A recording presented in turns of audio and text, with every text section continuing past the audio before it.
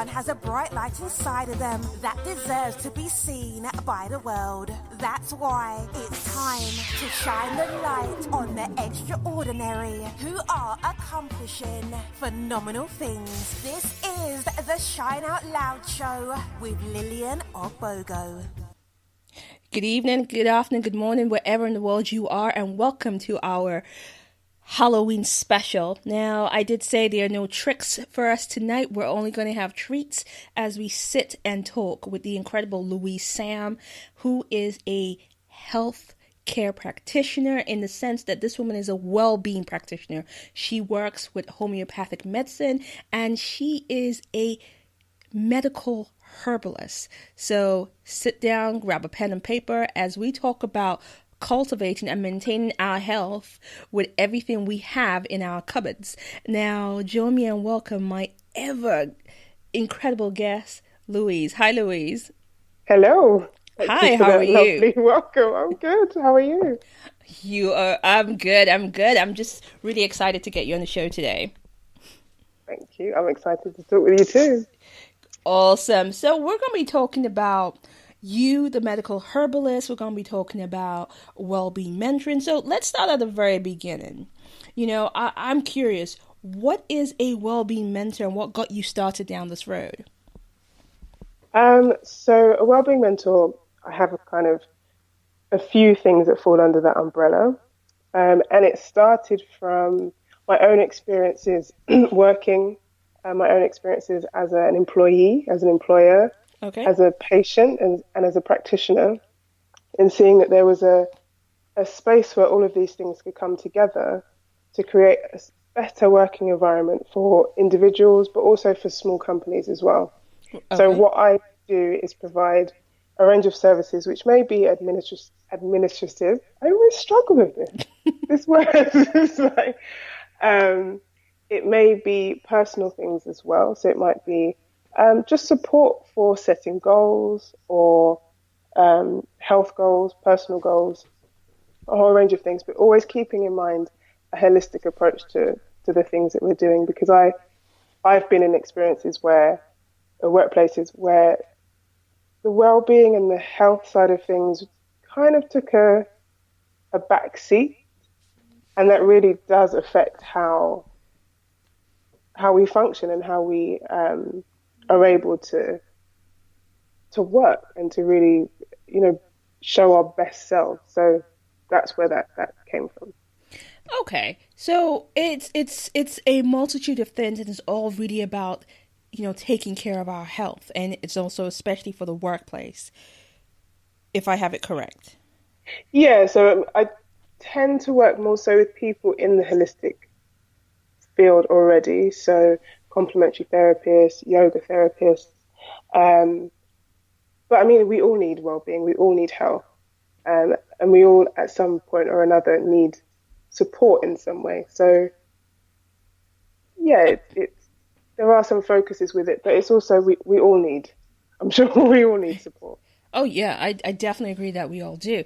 And especially because, people are sitting longer, people, are trying to find different ways to manage their health without, drugs and chemicals. So we're going to touch on all of that. Now, in 2015, you developed something called Organoleptic Herbal Workshops.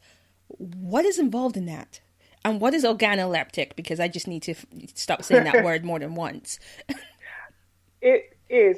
So it's something that we do every day. We just don't necessarily, we don't mark it down as we're doing organoleptic testing today. It's basically just using all of our senses to assess and explore our surroundings. So when we open the fridge and we smell juice, a bottle of juice, to check if it's off, that's organoleptic testing. Okay. But one thing that I love about this process, and it was something that was taught to me when I was studying herbal medicine, is it can actually be quite a meditative process. Because I'm guilty of this as well. I can be eating my dinner on my phone with something on the laptop, watching something on the laptop, and it's a sensory overload.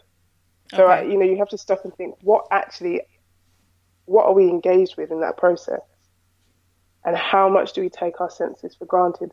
So what that workshop does, or what that process does, is enables us to break down all of our senses, so sight, taste, touch, smell, and build them back up again. But we do it in a very meditative way and very it's quite a relaxing exercise to do, and it's something we can do. Just take 5-10 minutes out of your day when you're having a cup of tea, and just do that basic exercise, just to relax you, calm you, and just shut the outside noises off. Okay, so it's something that we practice. We just don't realize that we are actually practicing. Because when I read it, I was like, I am not sure what this is, and I'm just gonna have to ask the question because I was looking at it going, okay, I'm not sure what part of my organs I'm supposed to be using, but it's something that I wanted to really get a sense and understanding of. So when you're talking about herbal tasting, what does that mean? And what are we supposed to be doing when we're going down the road of herbal tasting? So for example, the first thing that we do is you'll make your cup of tea or whatever it is. Well, tea is easy to do, and it's nice practice. And the first thing that you do is to look at the tea. And it might be something that you drink every day. It might be, peppermint or chamomile, something that you're quite familiar with, which is still fine. And you'll look at the colour of the tea, and you'll start to think about where you feel it may go in the body and what actions it may have.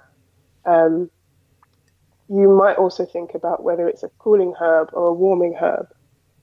And this is all to help us, again, to bring us back to our body and bring us back to our innate sense of where we are in our own bodies and the healing potential that we already have. It's just about connecting us back with those abilities. The next step would be to smell the tea. And again, you go back to that idea of where do we feel it goes in the body? Is it something that we like? What actions do we feel it may have?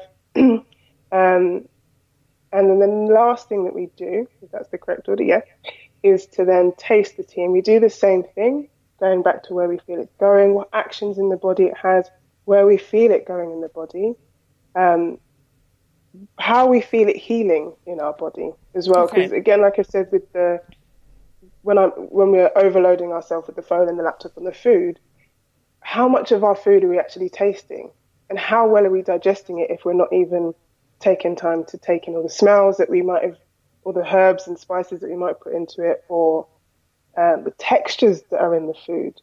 So how much are we actually absorbing of this, and how well are we digesting this food? So this is what that process helps us to re-engage with. It's just taking that time to be with our senses, to notice if maybe there's anything that we need to work on, if there are any, just things that don't quite, if you just don't feel quite connected to it, just helps us to assess where we are. All right, that actually sounds really fascinating. I'm actually once we're done with the show, I'm gonna make myself a fresh cup of tea, and I'm going to actually try it, and I'll send you a message and let you know what comes up for me. Please do. I think there are some links on my website where you can give examples of how to do really brief exercises like that. So have a look, and you can. Awesome. I will go up and check as well, and go back and check the website again for that. So looking at everything that you do, I noticed that you're also you are a member of the College of Practitioners of Phytotherapy. What's the College of Practitioners of Phytotherapy? So it's one of the governing bodies for medical herbalists in the UK. Basically there to keep us safe and to keep our clients safe, and just to make sure that we're practicing to the highest standards possible. Okay. Yeah. All right, that's absolutely fine. I think, if certain things need to be regulated, and there should be a body that says, well, this is a standard, because then, keeps us above board, as they say. All right, Now I have this question, and, I saw this movie a few years ago. I'm not sure if you saw it. You remember the Unlimited movie with Bradley Cooper? Yes. Okay, so is there a herbal equivalent to the unlimited pill? I'm asking for a friend. For a friend? For a friend, really. It's just for a friend. Yes and no. I think it's it's not so much the herb. It goes back to that idea of our innate healing ability and being able to unlock. That's, for me, that's what I kind of took from that film, is what we're actually able to unlock ourselves without necessarily the need of herbs in some cases, or prescription medications, or non-prescription drugs. So yeah, I think it's more so about connecting with what we're able to achieve ourselves, which is already in us. We all have these different abilities and different capabilities. It's just how much we're able to unlock them. And sometimes it is about turning off, the computer, turning off the phone, and just being with our beings, and just tuning into what's happening, and tuning into how we can become unlimited, or even more unlimited. Okay. But, okay, fine. I get the point about really taking that time to get focused within ourselves. But that movie, now we know it's Hollywood and we know, all of that. But the ability of that pill was such that you were able to learn languages in a day and make your brain do faster and more amazing things. So are there pills out, herbal remedies out there that can help us regain our focus, that can help us really become switched on and almost, tap into areas of our brain that we don't normally use? Yeah, definitely. There are herbs that can help support us in that sense. So herbs that I tend to use quite a lot, and I find really useful for a lot of my clients, are adaptogenic herbs. So most of us are quite familiar with things like ginseng. Yes. Which is those group of herbs are very, very useful for supporting the body for stress, but also as a tonic as well. So things like ginseng, ashwagandha, gotu kola, these are amazing, rhodiola, these are all amazing herbs that can help with brain function and things like that. And then you have, depending on what's happening, if you're studying, for example, and you need something that's going to help with concentration and help with memory, things like rosemary, either as a tea or as an essential oil burned in the room, can also be really good for concentration and for focus. But again, I'd go back to switching things off and sitting and and getting still. Getting into some stillness, getting into some meditation, and just like I said, you can have rosemary burning in the room, and that rosemary, maybe even some orange, that can also be quite useful. But it's sometimes it's less is more. It's quite useful. I know maybe that sounds odd for a herbalist to say, but it's it sometimes less can definitely be just as good as piling on hundreds and hundreds of herbs and things around you. Okay, so do you think, looking at how the medical community views herbalists and herbal practices, do you think that the medical communities have forgotten their roots?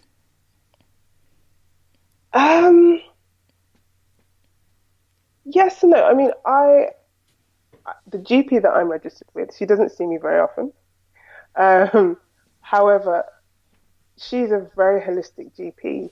So on the odd occasions that I do go to her, she doesn't prescribe anything to me. She'll always recommend very holistic, in fact, herbal things she'll recommend to me before anything else. So I think there's yes and no. I think there are some practitioners in Orthodox practices or Orthodox medicine who still understand, appreciate, and still practice from quite a holistic background. But there are also some that don't necessarily want to include holistic practices, and I respect both points of view. I think there is a place for Orthodox medicine. We are now at a position where a lot of the diseases and conditions that we're seeing, you can class them as potentially man-made conditions and diseases. And so we do sometimes have to use man-made drugs or interventions to treat them or to address them. We can always use complementary practices as well, but I think there's a place for both, and I wouldn't want to discredit or to say that there isn't a place for Orthodox medicine. Okay. Okay, that's absolutely fine.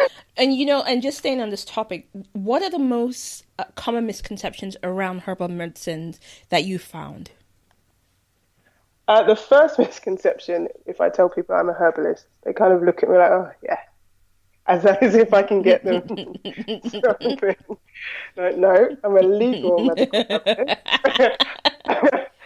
And I don't prescribe all herbs. The biggest misconception, that's probably the biggest one that I can think of. And I guess, again, that we're all hippies that dance around in fields and hug trees, which I also do. But the training that I did was very vigorous. It was very tough. It was a 3-year degree. So yes, there's an element of us being quite, most herbalists being quite, out there and a bit hippie-ish. But at the same time, as we said about being accredited and having those governing bodies, we're also, we take the practice very seriously, and we do things to the highest standard. So yeah, we're not all field dancing, tree hugging hippies. Wow. Okay. At least some of you are, but not all. So, okay. I've just had a question come through, and I think this is linked to the question around the herbs that you mentioned. And the question is: Are the over-the-counter versions of herbs like ginseng and co. lesser qualities than the natural versions, and are people missing out on the real benefits by buying over the counter?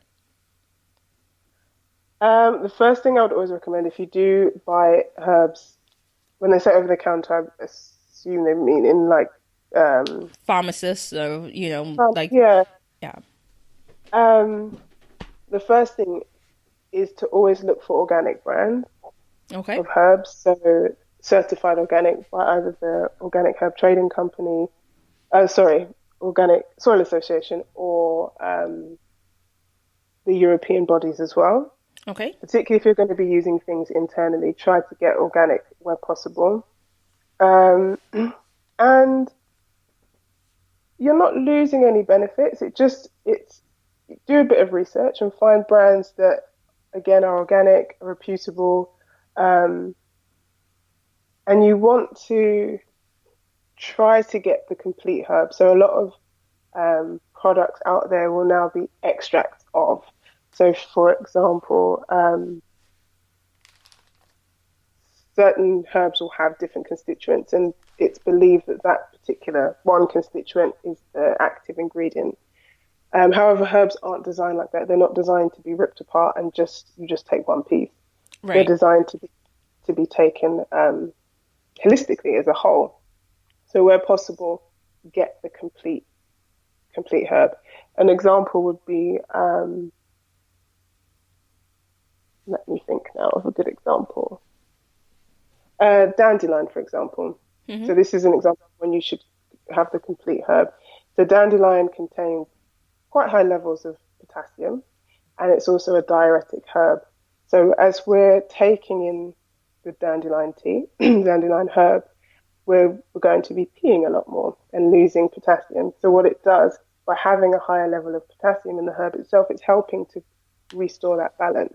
So if we're just taking out one constituent of a herb, we're missing out on the other benefits that herb may have to buffer certain effects it has or to support what effects it has in the body. So always try to get the complete herb where possible and organic where possible. Okay. So, whole herb and try to make sure you get organic. And I think that's actually very important information, because then you know that at least you're getting something that is better for you. Exactly. So you have an upcoming masterclass. Can you tell us a bit more about it? So this is the herbal tea making and tasting masterclass. So we will be doing some organoleptic testing as well. So you can join in, Lillian. So this is a free 3-day online course, and we'll be going over herbs for different conditions, different ailments. Quite not too intensive, just kind of everyday conditions, everyday herbs. Again, looking at the organoleptic tasting process, and also looking at how to mix and blend your own herbal teas, which is Ooh. something really simple and really fun to do, and it's good for the whole family. So definitely, if you can, join in. You don't have to be online at a certain time. You'll be sent all of the course information on each day, and then on the Thursday, so it starts next Tuesday the 6th until Thursday the 8th, and then on the Thursday I will be doing a Facebook Live to round off the 3 days. Oh, that's very cool. I will definitely be joining that. Good. Cool. All right. And, speaking of masterclasses and events, you're also involved in another event coming up in November about fibroids. How did that come about? So that is with Wellness Soir. And we kind of met accidentally, the organisers. We met online, which is always a good way to connect with people. And this is, I think, their second fibroid series. And so what I'll be doing on the day is similar to the organoleptic, or going back to the idea of connecting in with our senses. So we'll be doing some organoleptic testing. We'll also be doing some sound healing as well on the day. Okay. So the approach, again, it's not necessarily focusing on, for me, it's not focusing on one particular herb, because when we do look at fibroids and we do look at the causes and we look at the treatment processes, the possibilities are endless, and it's always down to each individual person and what's right for them. So it's really difficult to say this would be the herb for you at an event like that. So what we're going to do is just connect in with each of us on a physical, emotional level, and just explore those different themes of senses and sound and all good things. Okay. So yeah, I'm looking forward. Yeah. All right. That sounds really great. And so I guess the question is, can herbal practice help get rid of fibroids? That's a good question, Lillian. It can, depending on the size, depending on the situation, the location of the fibroid and the person. It can have very, very good benefits for fibroids. But like I said, it's always on a case by case basis, and it's about supporting that woman and finding out where she is at this moment in time and how we can just support her the best way we can, how we can heal her the best way we can. And sometimes, as a practitioner, as a herbal practitioner, and I'm also a cranial sacral student as well, we sometimes focus on the thing. We look at, it's the fibroid. We want to get at that fibroid, but sometimes it's about, maybe looking slightly somewhere else and maybe healing something else before we can get to the thing or the fibroid, wherever it is. It's a process. It's almost like, peeling away layers of the onion. Right. And that's all we're doing. We're going to be doing that until our last breath. We're always peeling away and finding different things that we can explore in different parts of our journey. So, yes, the conversation about fibroids and similar conditions is necessary, but it's also quite a tricky conversation to have. Necessary, but quite a tricky conversation to have. But it's always keeping in mind the holistic approach, I feel. Okay. Well, I'm actually quite fascinated about those conversations, and I think we need more of those conversations. We need more of them and more often, because I think there needs to be more in terms of how we look at our bodies, how we look at how we're treating our bodies, and especially how we are, relating to our womb and our our bodies as women. So yeah, definitely that's definitely an event that I would want to check out in November. So I went on your latest blog, and your latest blog entry discusses some helpful tips to cut down on autumn coughs. Can you briefly discuss the tale behind thieves' oil? Yes, it's good, isn't it? I read it. I was like, no. See, I find things like this. I find medical history quite interesting, and some of the things that were discovered or some of the practices in history, I find them just amazing. Again, tree hugging, field dancing people.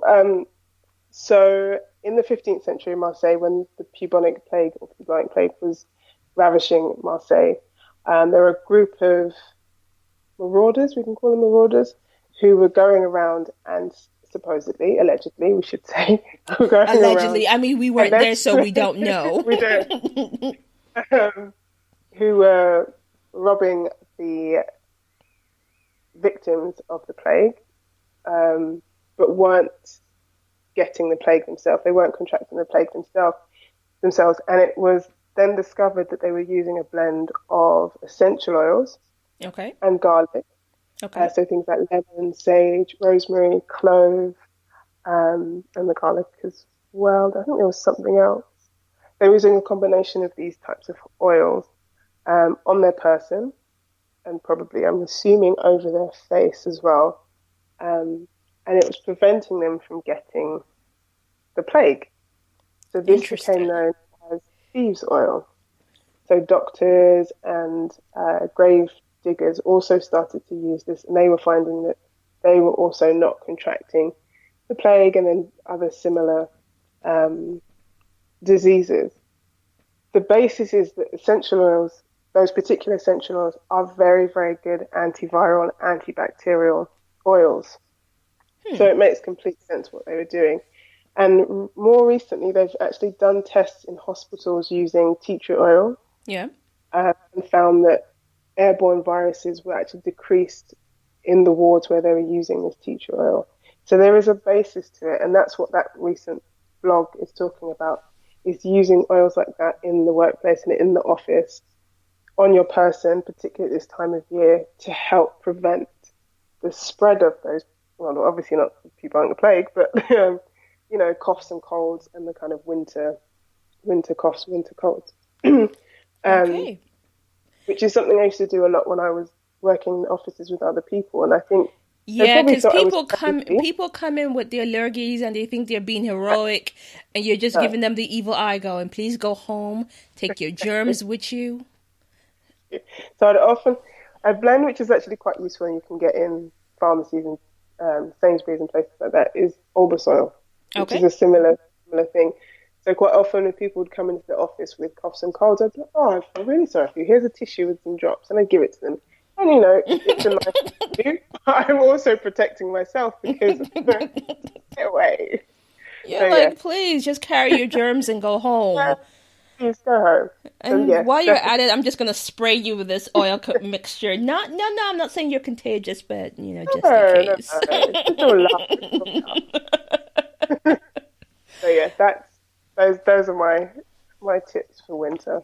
All right, so go on her blog and read about the thieves' oil. I'm thinking I might have to cook up some thieves' oil myself and make sure I have it handy. So we're talking about cultivating our health through what we have in our kitchen cabinets.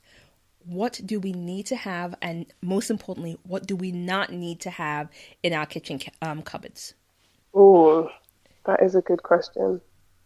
What we need to have, the basic things that I think we'd need to have, depending on what you want to create or where your time, how your time is, or where your energy is. Basic things for me are oils. So it might just be something simple as coconut oil, because that I use head to toe, inside, outside. So for things, for hair, for the body, that would be a good basic one. And then essential oils, again, something really basic to have in the kitchen cupboard. Lavender, particularly in the kitchen for burns. Tea tree is also a really good one to have around. I'm just looking at my kitchen cupboard now and thinking what's in there. Um, but it goes even, we can go even simpler than that. So it's the other day I wanted a face mask and I had run out of things that I, use with products. Is get a banana, mash up a banana. You might want to add a few drops of lavender, depending on your skin type. Mash up the banana, massage it into the face, leave it. You've got a hydrating, balancing face mask. Okay. Simple. That's actually quite cool. I like that one. I'm more of a avocado girl. So I'm yeah. You're a herbalist. You didn't even know it. So, I'm talking about things like, what, the herbal teas, should we be buying from store or should we be making our own? If we're making our own, what blend should we have? Because we're coming out to the season of the colds, the flus, and the lurgies. What should we have in our kitchen cupboards that can support our health during this winter season? Yeah, sure. So, I mean, definitely you want to have the warming, stimulating herbs. So at this time, things like gingers, cayenne, always have cayenne in my cupboard. And then things like the berries as well. So rose hips, elderberries. It's thinking seasonally. So it's looking around and seeing what's happening in nature and flowing with that. We don't necessarily want to be doing big full-on detoxes at this time because they're cooling in nature. And we don't want to increase or add extra coolness to our bodies at this time. We want to store heat. We want to create heat in the body. So thinking about those things that are going to be warming, stimulating. I guess it depends what's happening with you at the moment or how you are at this time. So for some people, they may need to have, boosts of echinacea for a few days at certain times of the year. I think you have to kind of think about how you feel, think about how you are in winter and go with that. But I'd definitely say keep in the warming and stimulating herbs. I think I'm going to have to find the warming herbs because I am always cold in winter. Mm-hmm. I'm the one that is basically, I'm trying to see, can I move my heater up just a scooch more because I'm happy for, Hawaii weather in my house over winter. I do not like being cold. So what can I use to actually keep my internal fires stoked, so to speak? Oh, Lillian. So that's a different conversation.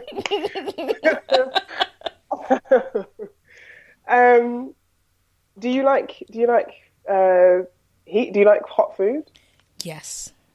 Yeah, so definitely keep it up with the heat in your food.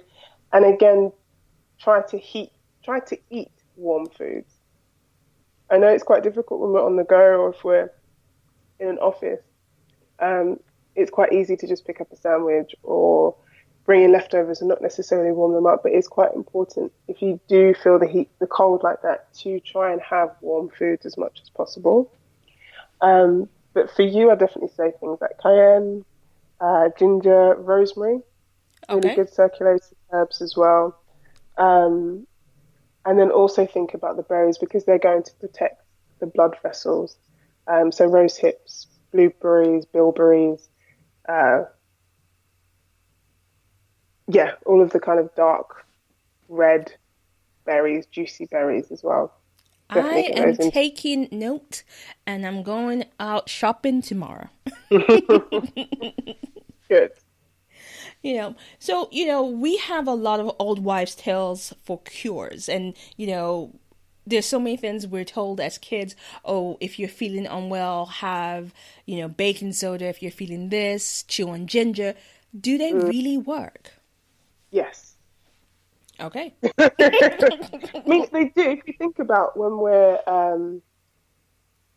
if we do have a cold, or, we're starting to get those tickles, the traditional thing is honey, lemon, ginger. And they are perfect herbs for that, exactly that. You've got the ginger, which is going to be a circulatory stimulant. You've got the lemon, which is antiseptic and antiviral, if I'm Okay. remember correctly. Um, and if you also add in a dash of cayenne, things like that, it will help with the pain in the throat, the kind of itching, sore throat feeling. It's going to help as an anti-inflammatory, with an anti-inflammatory action on there. Um, but yeah, I mean, we do these things instinctively, and they do it. Some old wives, not all old wives' tales, but quite a lot of them are very useful, and we still do them today without really thinking about it. It just comes naturally, All which is the right. best way.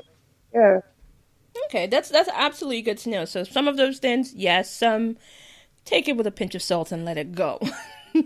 yeah. I'm trying to think of a one that maybe should go by the wayside, but it might come back to me.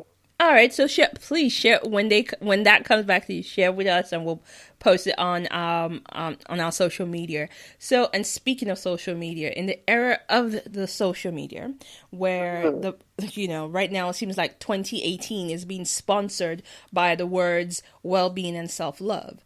How can women create practices, well-being practices that truly serves them? One thing that I've started doing recently is actually turning off social media, which kind of maybe goes against that. But I think, yes, social media is amazing and there are so many opportunities out there, but there's also so much. Mm. And it can become very overwhelming. It can feel quite competitive sometimes. Um, so one thing that I have started doing is just turning off all notifications, turning off all social media for one day a month.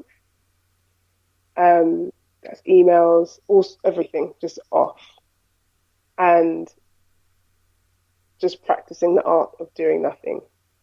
Not necessarily doing nothing, but just not focusing on social media, not listening out for those ping noises and the notifications, and always being on alert for something else that isn't necessarily going to serve me Hmm. at that moment in time, which I found to be so helpful and so incredible.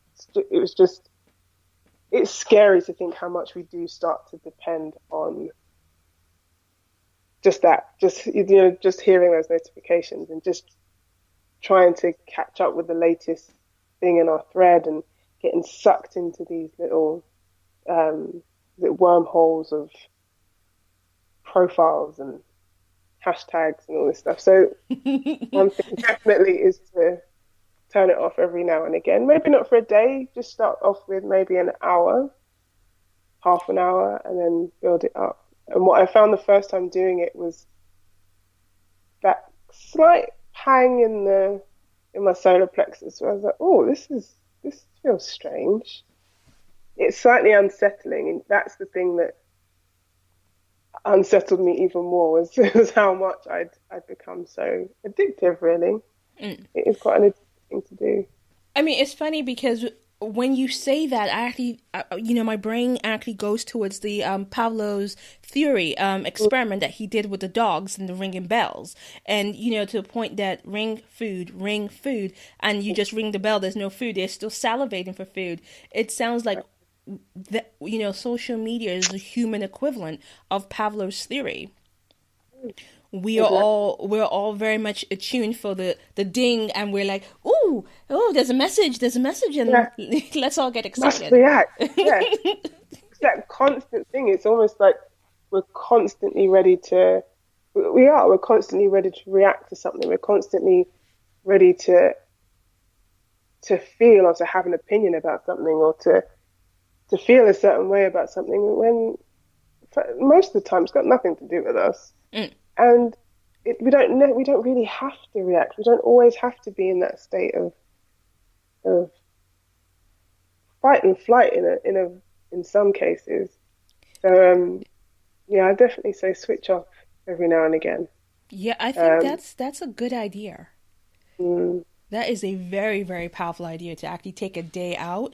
And I know, and you rightly said, some people will totally panic about Yep. a whole day, but probably baby steps, 2 hours, half Yeah. a day, so you can actually get to that whole day point and just, and see, so we're talking about the whole buzzword of well-being and, well-being practices and that whole wellness conversation. And when we're looking at that wellness conversation, it often feels like the women of color are not in the frame. How can we make that wellness conversation more diverse? Conversations we're having now, it's seeing ourselves, representation matters. It's seeing ourselves in pictures of well-being. Um, and it's maybe asking the questions like we did before. Why are we not seeing ourselves in those pictures? Why is well-being not necessarily, associated with women of African descent? Okay. When I was studying herbal medicine, excuse me, um, I did my dissertation on hypertension. Mm-hmm. And at the time of starting it, didn't have any idea of what the statistics were or what the outcome of the study of the dissertation would be. But by the end of it, I found out that women of African descent across the diaspora have the highest rates of hypertension and also the highest rates of obesity across the diaspora Wow. compared to women of other races. And it continues to be that way now. And that was almost 10 years ago, that research was. So we definitely need to have those conversations, and we need to start thinking about why these are the issues that we are facing. So hypertension, obesity, highest rates of aggressive cancers, fibroids, other gynecological problems. Why are we experiencing them in such aggressive ways?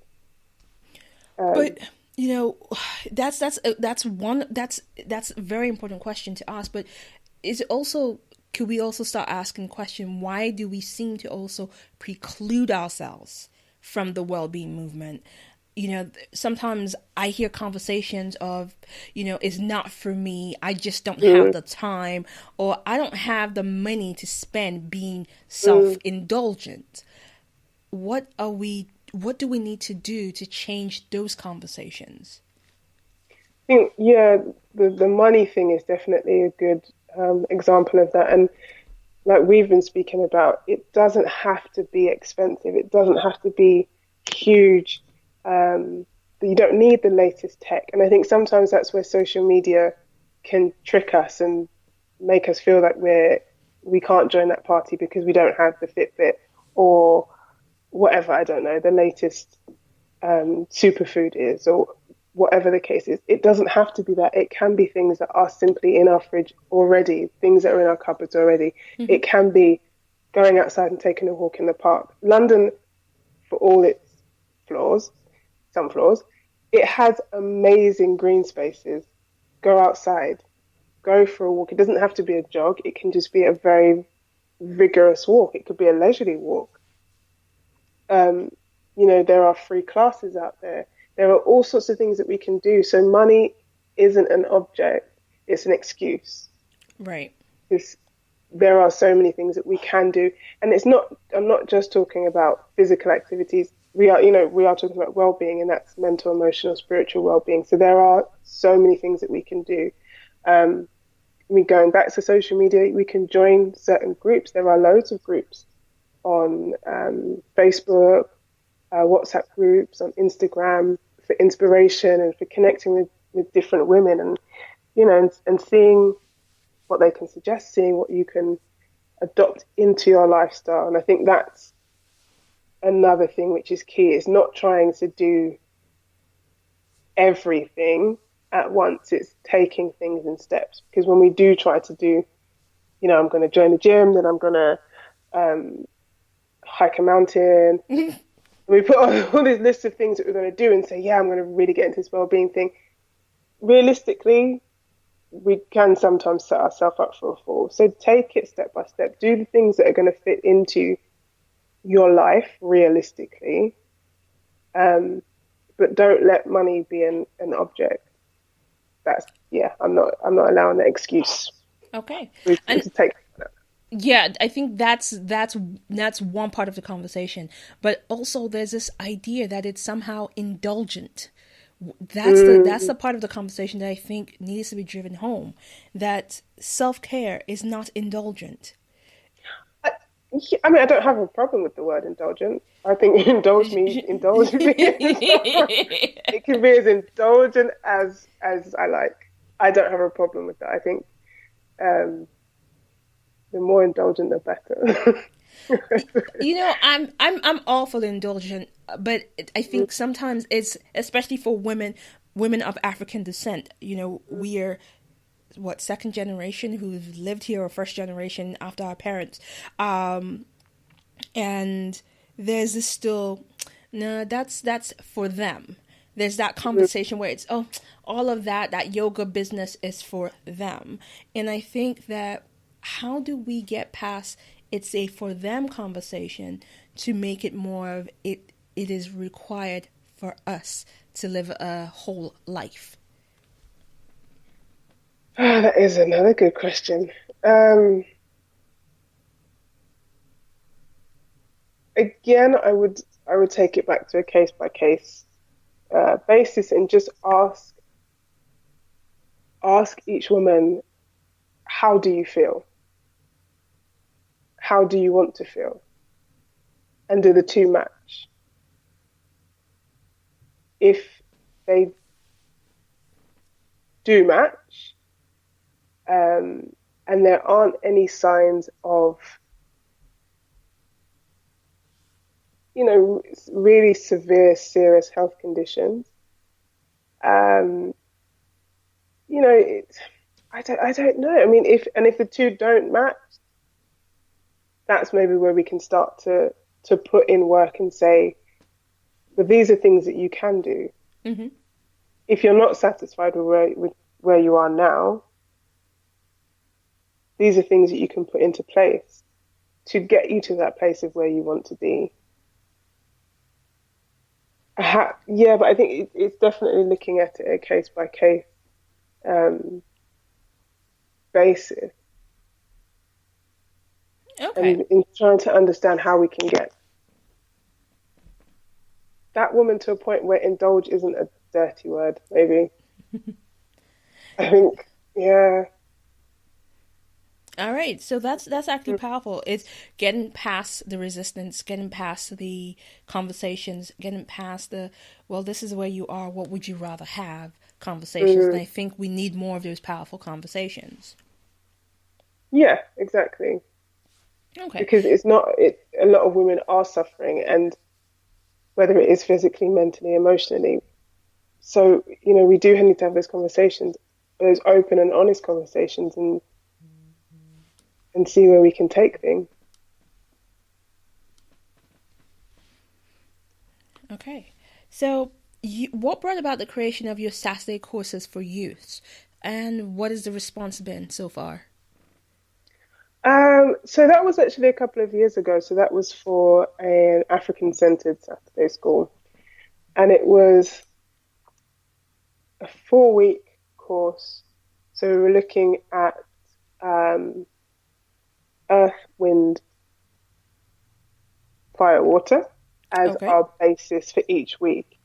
And it included things like really light physical exercises, movement exercises, some herbal practices, looking at the body and our connection to the body. And it's just that idea of taking us back to really simple, basic, kind of the building blocks of who we are, and just appreciating what we are, what we have, what we can be. But with children, with young people who are incredibly receptive and imaginative beyond belief. And yeah, it was a really rewarding experience, actually, which I hope to repeat soon with other groups. But yeah, definitely working with young people is just, it's very, very, you just feel very honored to kind of be around them and to experience, their way of thinking about the world and their way of thinking about life. And it's amazing. Okay, all right. And so we've come to that point in the show where we talk about our so loud moments of the week, where you can give a shout out to a person, a thing, it could be even your brand. What's your so loud moment of the week? Can I have two? Is that greedy? Is that indulgent? It's indulgent and it's never greedy. So the first would be to myself.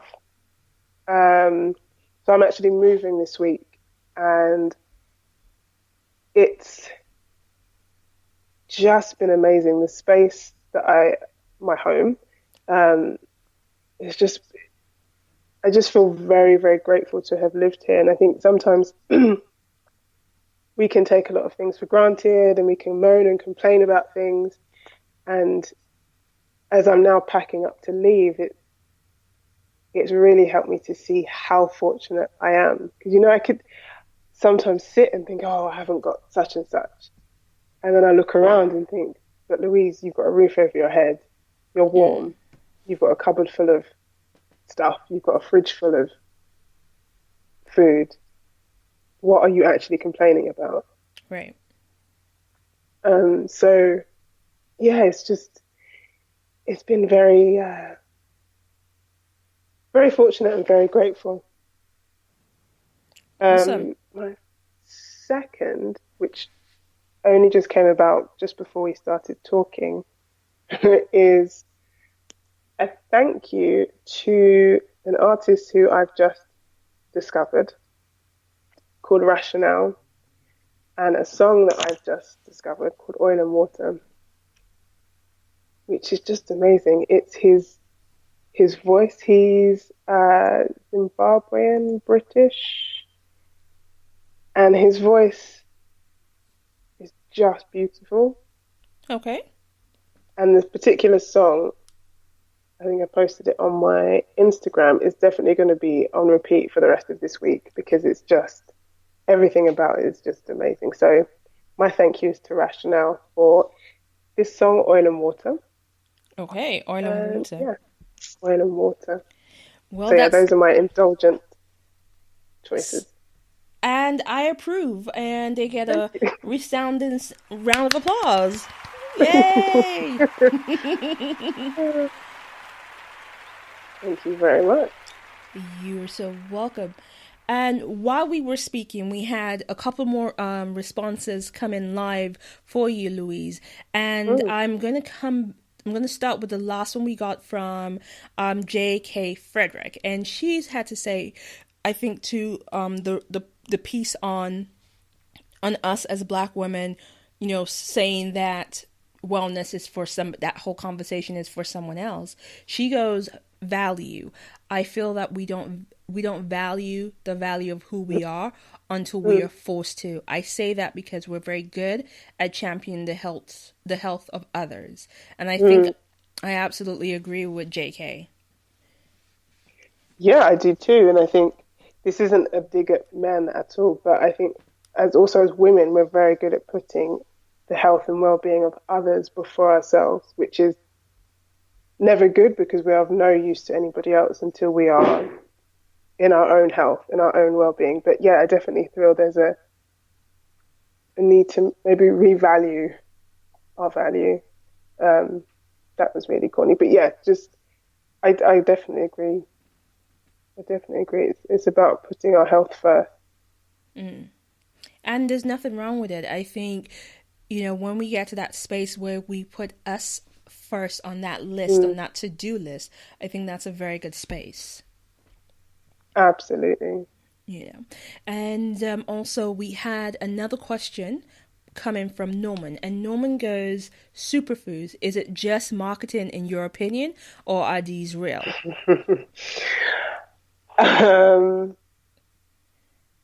a bit of both. So there's definitely marketing to it. There's definitely and we can see that every so often there'll be, you must go out and buy, what was the last one? Or what's the latest one?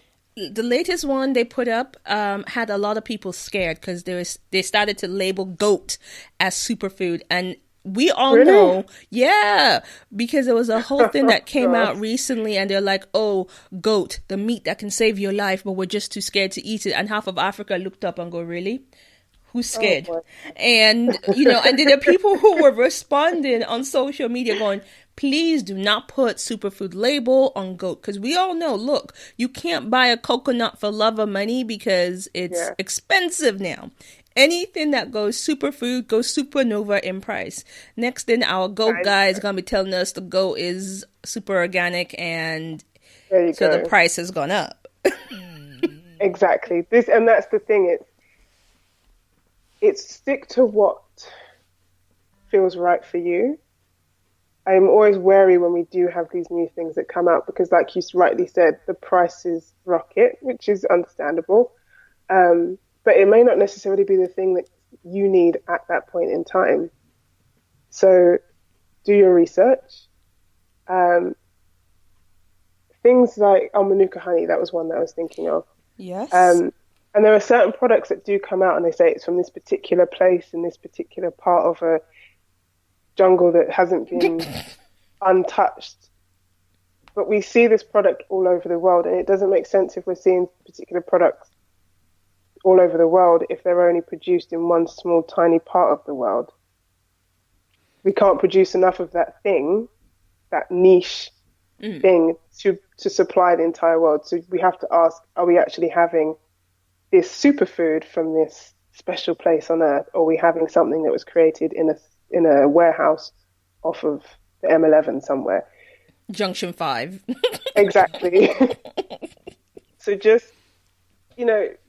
always, I think, just be cautious and do your research, and always connecting with how you feel and what feels right for you. Don't always go off with the latest fads and fashions and nonsense. Okay. Yeah. So yep. It's Norman is a yes and a no, and do your research. Definitely. Yeah, and I swear, when that thing came out about the goat, I couldn't stop laughing because I was like, "Oh Lord, there's going to be a lot of problems." Goat. Was it a particular part of the goat or just the I whole? didn't read the whole thing, and as a non-goat eater, I was like, "I don't know about this. I'm just gonna keep it moving." No, thanks. No. So, when you started your journey into your herbal practices, how did you work through and move past the imposter syndrome that would sometimes come up? The what? Sorry, the process. Imposter syndrome. For me, being an imposter, or for? Yeah, so when you started being a herbalist and when you started going down this road of being a herbal practitioner and a well-being mentor, did you experience any imposter syndrome? And if you did, how did you move past it? I still do. I still definitely do. Like I was saying before, I'm also studying craniosacral therapy, and that is a body work treatment. Sorry if you can hear the fireworks going off around me. That's all right. So with craniosacral therapy, it can sometimes be quite intuitive, and you have to, or I have to put a lot of trust in myself and put a lot of trust in my clients that what I'm experiencing and what I'm feeling is okay. And sitting in that place of feeling okay, sitting in sometimes a place of stillness, which can be very, very difficult for us city dwellers to just sit in stillness, not trying to do anything, not trying to heal anything, not trying to impose my thoughts, feelings, ideas, intentions onto the client. It's just sitting in stillness. And that can sometimes most definitely make you feel like an imposter or make you feel as though, um, you're not necessarily doing your job, air quotes. Um, so it's something that I still struggle with. Um, but I try to take it back to the building blocks, whether it's craniosacral therapy or herbal medicine, um, or well-being, mental work. It's and always remind myself it's not actually about me. Okay. It's about the client. It's about what they're bringing to the table. It's about where they are right now in their process, in their journey, what they want to share with me, what they may want to hold back from me. It's really not about how I feel about it. I'm just there almost as sometimes a sounding board, or just like a fulcrum to help them to navigate where they need to be. So yeah, I mean, the imposter thing is definitely a continuing part of my professional development. So yeah, the main thing is just it's not about me. That's kind of how I come to that. How I work with those feelings and with those thoughts. Okay. And also, looking at the work that you're doing and with everything you're doing, how do you currently take care of you? What are your self-care practices? This is why I didn't want to push away the word indulgent because where shall we start? So for me, the kind of daily things are really important. My morning things, meditation is key. Movement as well. So it could be yoga, it could be cardio type exercises. Being outside again, wandering fields, hugging trees. Food, cooking is also essential for me. It's part of the healing process. It's part of understanding where I am at particular times of the day, particular times of the month. Loads of things. Okay. Baths and making products, and I've got quite a long list of self-care things. Never ending. Yeah. Okay. So what is the one self-care practice that you can recommend a newbie start with? The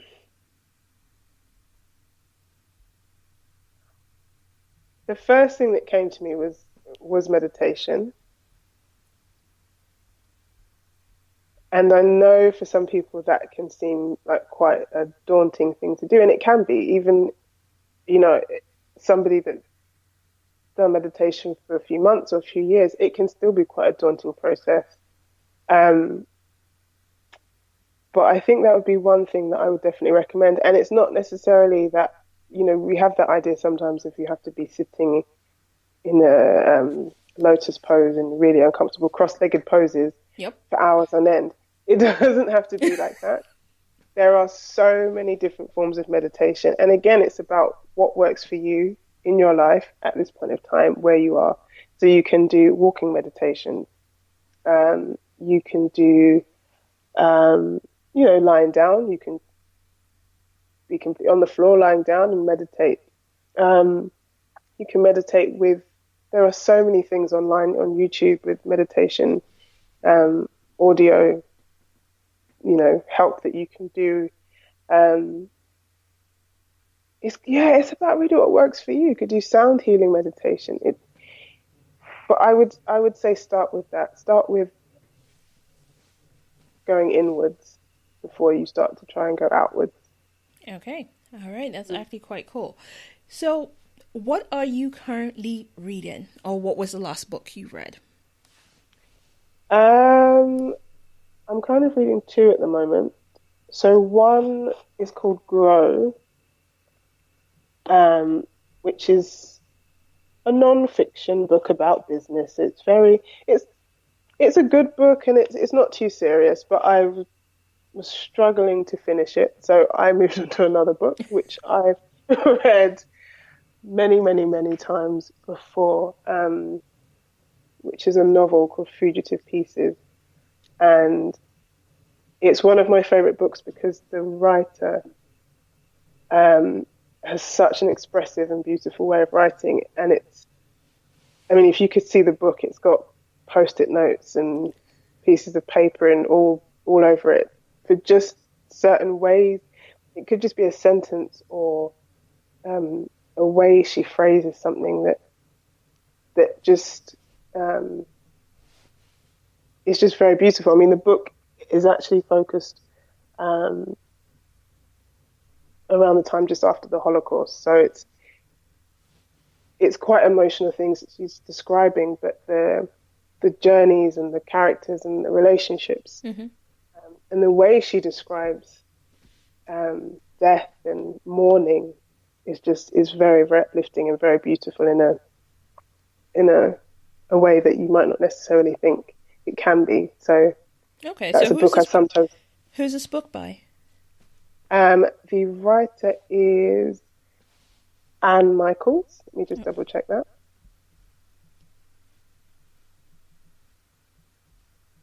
Okay, Anne Michaels. Yes, Anne Michaels. But yeah, it's just I haven't read a lot of novels recently. I've been on more non-fiction and just quite serious books. But yeah, that's sometimes I pick that up and just flick through and get some inspiration. Okay. So as a well-being mentor, as a medical herbalist, how do you deal with burnout and setbacks? So of late, the shutting away of social media was definitely something that I found quite useful recently, when it felt like, when you've had too much yam, when you've eaten just a bit too much yam, Yes. a bit too much hard food, and you get that full up feeling. Uh-huh. That's how social media was starting to feel. So doing those detoxes was definitely something that was definitely useful for me. Other things that I find, definitely support networks, friends, family are just vital. Like I'd be a mess without them. And having regular craniosacral sessions as well is really useful for me. Really brings me back to me. Okay. And then again, doing the indulgent things, if you want to call them that, is also really helpful. Singing is another big part of my practice as well. So whether it's just at home annoying my neighbours, which I do a lot, or in a sonic choir that I'm a part of as well, that's also really useful. Or just dancing again when I'm at home in my kitchen. It's simple things, I find, for me, that are very useful to help with things like burnout, to help with bring me back to center. Okay. Keep it simple. So, Louise, how can people reach you to find out more about what you do? They can phone me, email me, check my website. So it's louisesam.co.uk. So on there you've got all the contact details, you've got blogs, all the details about the events that are coming up. You can also email me at louisesamherbal@outlook.com. Okay. And find me on Instagram at Louise S. Sam. And also find me on Facebook under Louise Sam Medical Herbalist. I remembered them all. Well done me. So I'm there. Awesome. So people, if you need to reach out to Louise, you want to find out how she can help you up your well-being game over this dreaded winter season that is coming, she is a woman that you need to speak to if you want to look at different workshops coming up. She has them listed on her website. And, and also I will say, let's find out about this tea masterclass and make our own herbal tea, and, and why it's important for us to actually know what's in our herbal teas. Yes. So, last question. This is the last question for you tonight. Tell us a little bit about John Holt. You can't have that as the last question. Oh my God. So you probably saw the blog post about last week was the anniversary of his passing 3 years ago. Mm-hmm. And I actually think he's an underrated reggae artist. He has one of the most beautiful voices you'll ever hear, and the arrangements of his songs along with his voice is just magic. So he's recorded a few, and I think did a few concerts with the Royal Philharmonic Orchestra. Okay. And it's just perfect because a lot of his music has violin pieces and quite intricate. It's just beautiful. And he manages to make heartache and heartbreak sound so amazing. You almost want to go out and just have your heart broken so you can come back and put on his music. So wow. Really, it's that kind of, it's just amazing. It's absolutely amazing. And so I made a playlist of some of his songs. I think it's about 20, and it took me ages to choose which songs, because every album there's just gold, platinum level music on there. It's just amazing. So if you haven't listened to John Holt before, you need to. I don't know where you've been, but you need to get on that, definitely. Oh yeah. Okay, so people go and find out about John Holt. And I think the best place to do it is to start at Louise Sam's blog and then go on and find out a bit more about the work that she does, and actually reach out to the woman herself and find out about getting some herbal remedies. Yeah, talk to me. Louise, I cannot thank you enough for being on the show today. Thank you. Thank you for the invite. It has been a lot of fun. You are so welcome. You're so welcome. Folks, it is a wrap. We have wrapped up. It's all done. And join me and thank our amazing guests. And I cannot stress this enough. Go to the woman's website.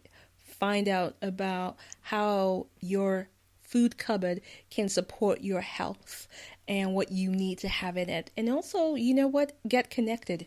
Find out more about the work that she does. So this has been me, Lilina Bogo, saying good night and thanking our guests for being on the show one more time. Louise, thank you. It was a pleasure. Thank you. It's a wrap. See you You've later. been listening to the Shine Out Loud show. If you want to connect with us or let us know what you thought of today's show, be sure to follow us on Twitter @Shine Out Show.